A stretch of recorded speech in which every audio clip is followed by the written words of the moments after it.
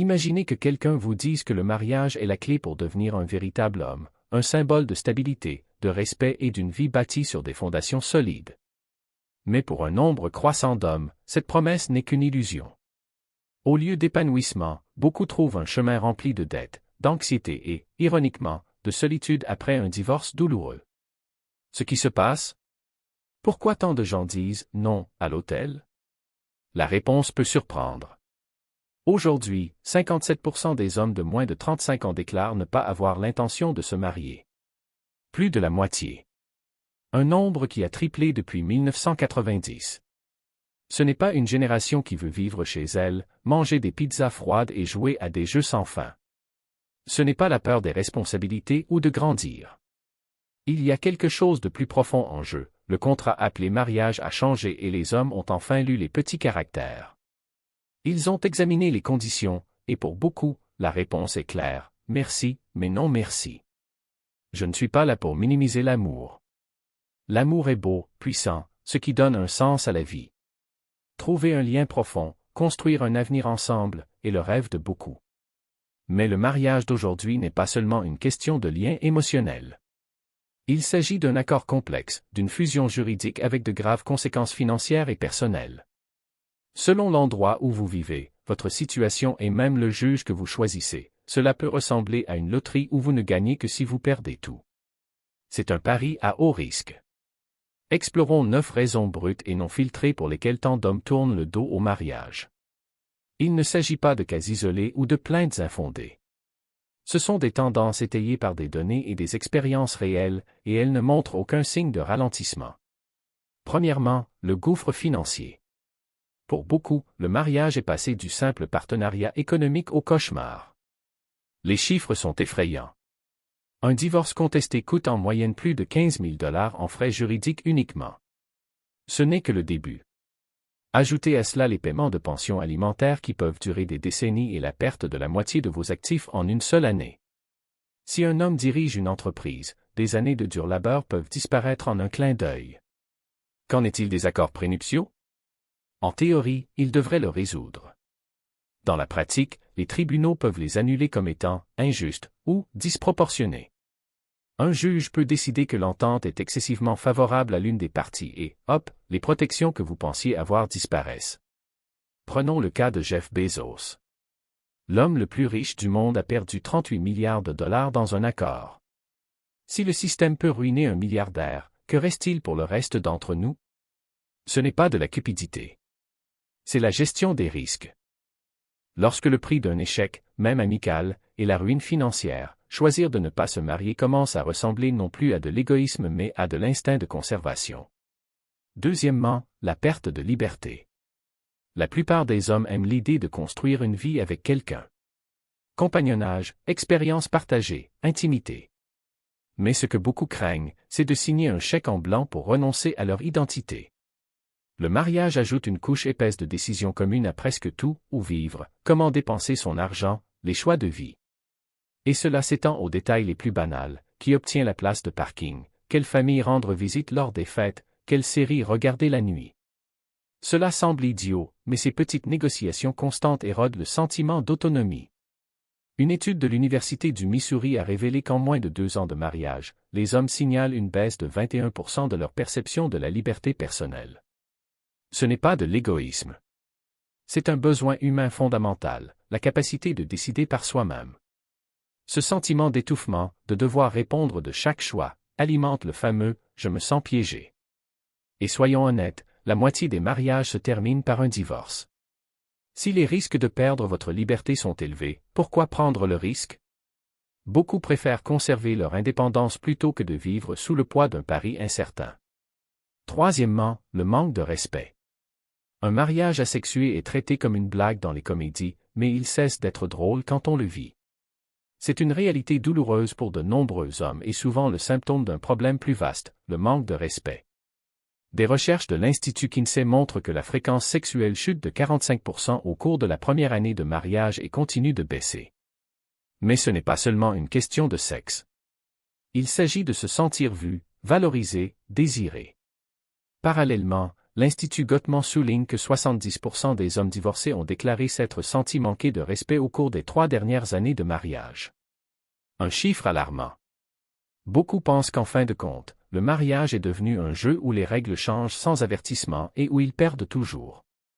Assumez le rôle des « enfants à problème » dans la dynamique de la relation. Et quand un homme sent que peu importe ses efforts, il ne répond jamais aux attentes invisibles, l'épuisement se transforme en résignation.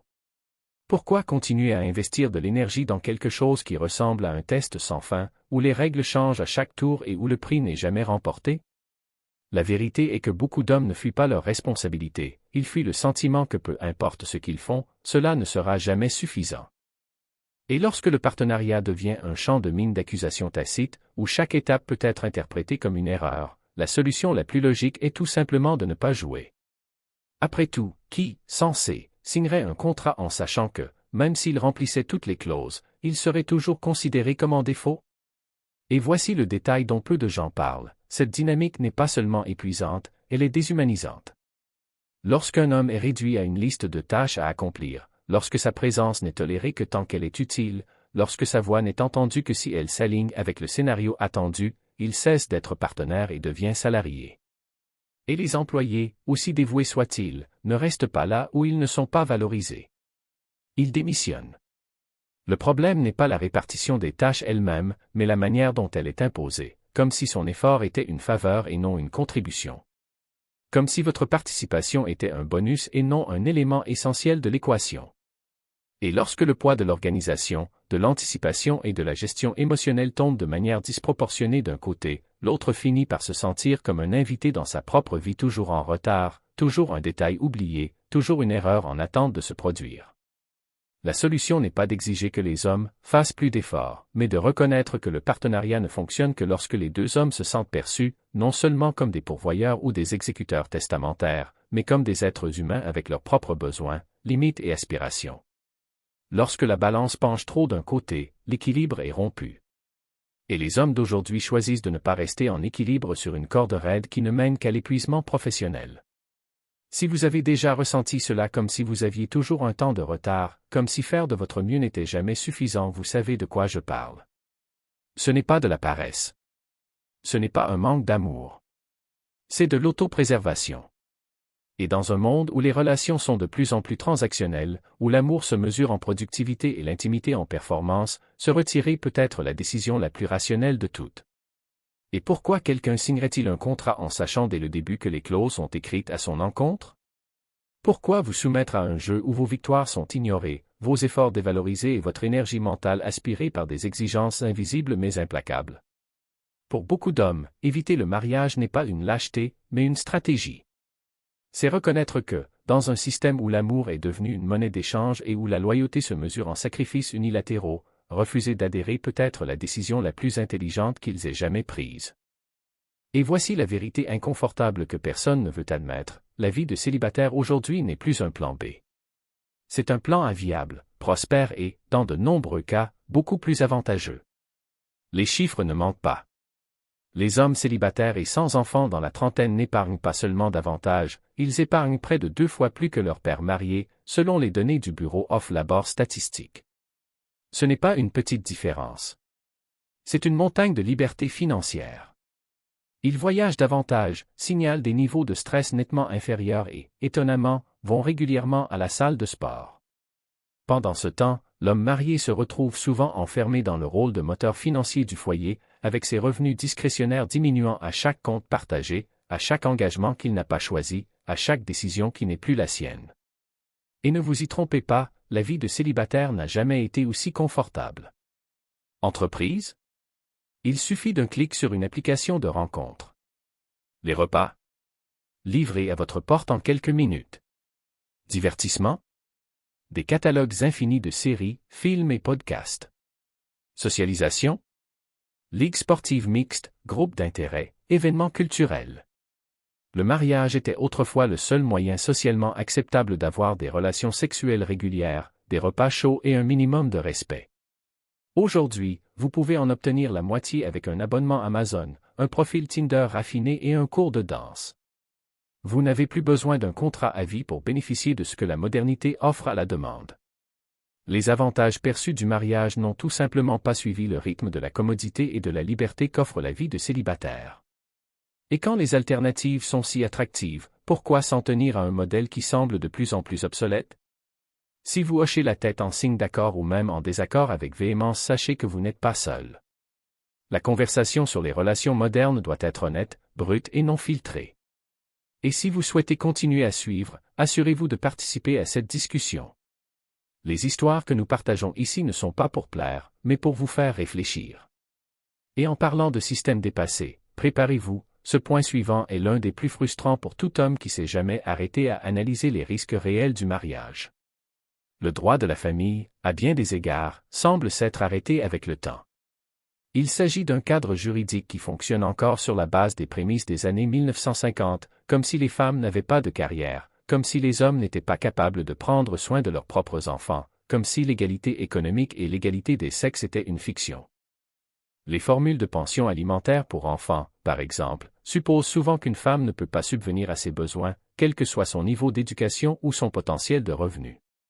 La garde des enfants, même si elle a évolué, tend toujours à privilégier la mère en tant que principale responsable des soins, même lorsque le père est disposé et capable de partager les responsabilités de manière égale. Et la chose la plus effrayante? Dans les cas de violence domestique, certaines lois permettent qu'un homme soit expulsé de son propre domicile sur la base d'une simple accusation, avant même qu'une procédure judiciaire ne soit terminée. Dans de nombreux cas, la charge de la preuve semble absurdement déséquilibrée. Les réformes dans ces domaines sont lentes, presque glaciales, incapables de suivre le rythme des changements culturels.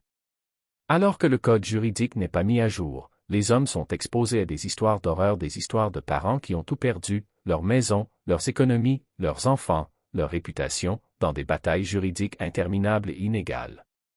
Pour eux, le mariage n'est pas qu'un pari.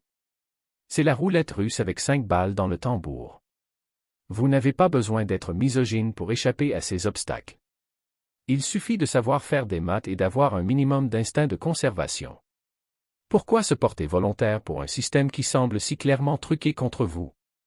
Et ce n'est pas tout, le mariage nécessite une réinvention de l'identité que beaucoup d'hommes ne sont tout simplement pas disposés à faire. Si vous vous mariez jeune, vous subissez des pressions pour assumer le rôle de mari et de soutien de famille avant même de découvrir qui vous êtes vraiment. Vous êtes toujours en train d'explorer vos passions, votre carrière, votre individualité et tout à coup, vous devez vous intégrer dans un moule que vous n'avez pas choisi. Si vous attendez plus tard, à 35 ou 40 ans, vous avez déjà construit une vie, une routine, des goûts, des habitudes, une chaise qui épouse parfaitement votre corps. Vous avez cultivé une identité, des loisirs, un rythme qui vous est propre. Et puis le mariage vous demande d'abandonner tout cela. Vous devenez mari, pourvoyeur, co-gestionnaire du budget du ménage. Votre individualité est censée se dissoudre dans une identité commune, comme s'il s'agissait d'une fusion d'entreprises mal planifiée où, en fin de compte, votre entreprise, votre essence, pourrait finir par être absorbée et disparaître. Refuser l'autel, dans ce contexte, n'est pas une peur de l'engagement. C'est refuser de parier le « moi » que vous avez finalement appris à aimer sur un récit qui n'aura peut-être pas une fin heureuse. Il s'agit de protéger l'identité que vous avez construite au prix de tant d'efforts, en veillant à ce qu'elle ne soit pas sacrifiée sur l'autel de la tradition. Parce qu'en fin de compte, ce qui est en jeu n'est pas seulement une relation, c'est votre existence même en tant qu'individu. Alors, où cela nous mène-t-il? Le message central est clair, l'amour reste le but. Le désir de connexion, de partenariat, d'intimité, cela n'a pas disparu.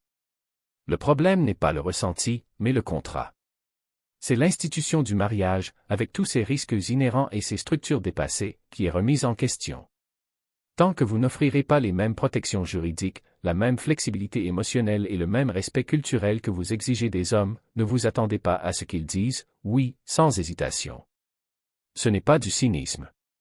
C'est du pragmatisme. Si vous vivez un mariage heureux, luttez pour qu'il reste juste, équilibré et agréable. Communiquez, respectez l'autonomie de chacun, investissez dans ce partenariat. Si vous avez un doute, pesez le pour et le contre, faites-le les yeux grands ouverts. Comprenez les risques, étudiez les implications et prenez la décision qui vous convient. Et si vous faites partie des millions d'hommes qui, en silence, ont choisi la vie de célibataire avec toutes ses libertés et opportunités, sachez une chose, vous n'êtes pas immature, vous n'êtes pas égoïste et vous n'êtes certainement pas seul. Vous lisez simplement l'environnement, analysez les données et faites un choix rationnel pour votre propre bien-être. Merci d'avoir regardé. Restez fort, continuez à apprendre et, surtout, gardez vos normes élevées et vos responsabilités sous contrôle.